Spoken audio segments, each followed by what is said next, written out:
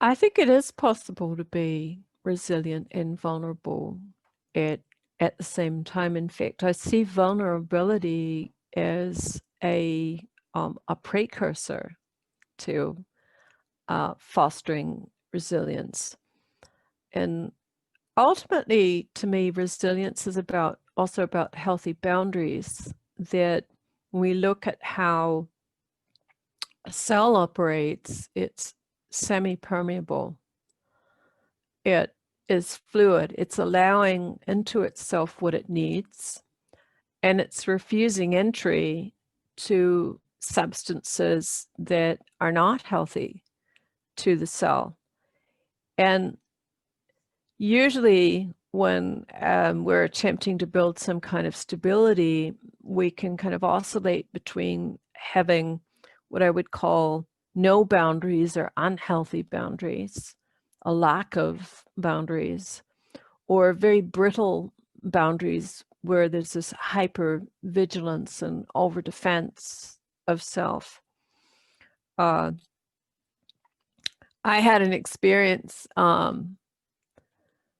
think it was last year, the year before last, and I was on a flight going to Melbourne, and we hit terrible turbulence. And I'm not a frightened kind of traveler, but we hit this really, really bad turbulence, and turbulence does unsettle me.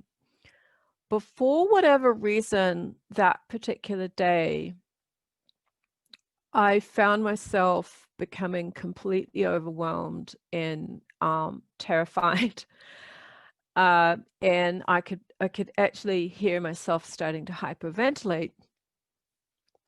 And as I met that experience, I thought, I can feel this deep need to just cry, and I'm just going to let myself cry. And on the other side of the aisle was a airline stewardess, and she turned and looked at me and she said, "Are you okay?" And I went, "No, I'm really not okay." And by that point, I had tears coming down my cheeks. And there was a stewardess on the other side of me. The stewardess said, would you like me to come and sit next to you? And I said, yes, I would. I was sitting alone. And so I had one stewardess sitting next to me holding my hand, and another stewardess on the other side of the aisle holding my hand. So I had two people holding my hands.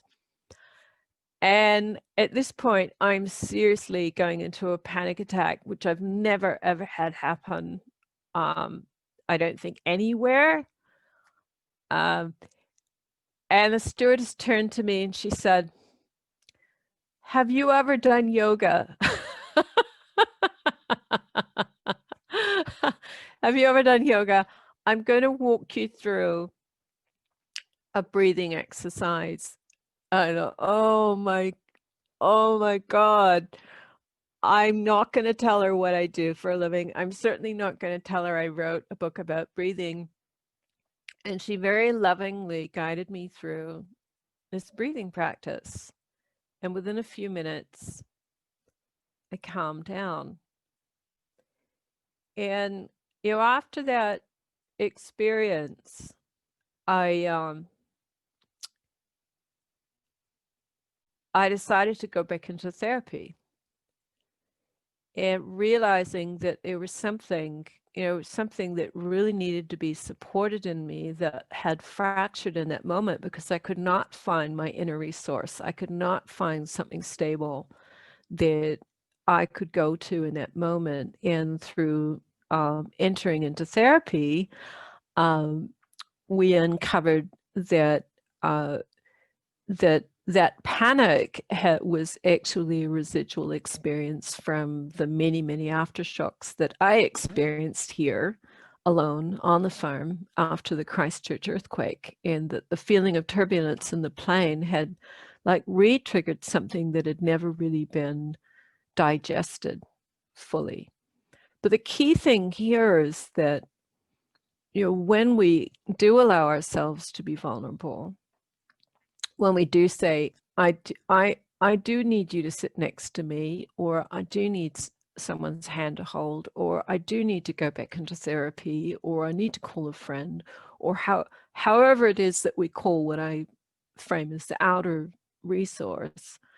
When we do that, we're making the next step towards refinding our stability. And, unfortunately, yoga and the yoga industry and yoga as a tradition, we've tended to cultivate this sense of hyper individualism and self-awareness to the path of enlightenment. And all of this happens supposedly in this encapsulated self. And really, there is no self ultimately. I mean, we are interconnected. So when I reach out, it is a way for me not only to connect to other, but to more deeply connect to a part of myself. And so I often laugh when I think back to that moment on the plane, especially this woman saying, have you ever done yoga before? Because clearly in that moment I didn't look like or wasn't behaving like a yoga teacher. And for just a little instant, I felt ashamed and humiliated. And then through welcoming even that feeling and emotion, I could, very tenderly and kindly and with compassion ask myself, what do you need right now to rebuild? And it was such a positive thing to return to Christchurch and decide to go back into therapy, and not only to go back into therapy, but to start reaching out. So one of the other things that I did was I made the decision to try and build a collegial practice space.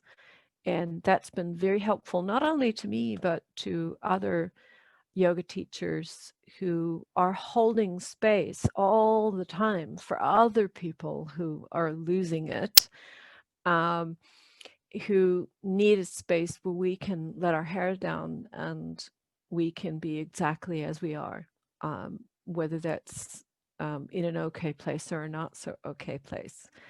So once a month we meet as a group and we practice, and we have time to share what's happening for us, and to have that heard by our colleagues and by our friends. So outer resource is tremendously important in having that vulnerability and willingness to open to what we can't find within ourselves in the moment.